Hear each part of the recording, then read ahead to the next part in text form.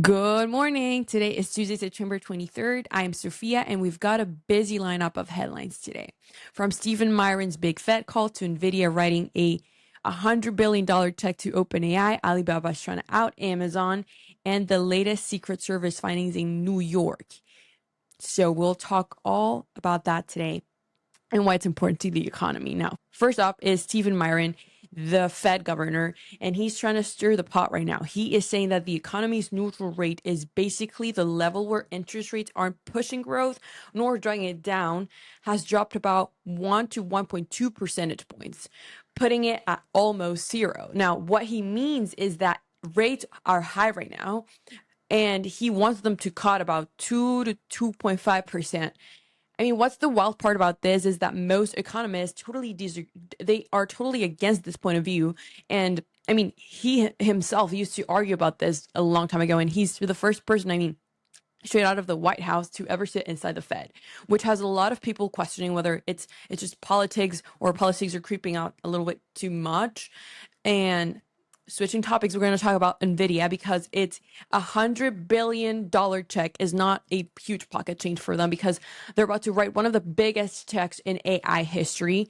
And it's backing OpenAI with data centers, packing at least 10 gigawatts of power. That's like powering 1 million homes, except for AZ units, they are powering AI models that are running nonstop. And I mean, the deals start with they just dropped 5 billion this previous week with Intel, and now they're just going around and saying like, okay, we are also going to put up with the new administration and support the internal market growth. And stock is down about 0.86% this morning. And I mean, meanwhile, I need to talk about Alibaba's AliExpress, because what is AliExpress and why is it trying to out Amazon?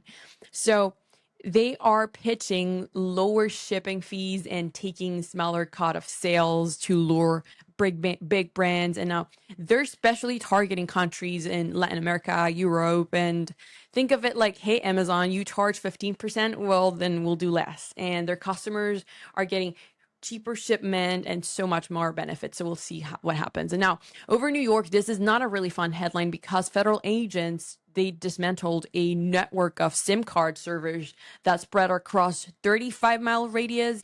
I mean, these were being used to threaten senior U.S. officials, and the Secret Service said that the potential disruption to telecom cannot be overstated. I mean, basically, if you think robocalls are bad, imagine this system like in the wrong hands.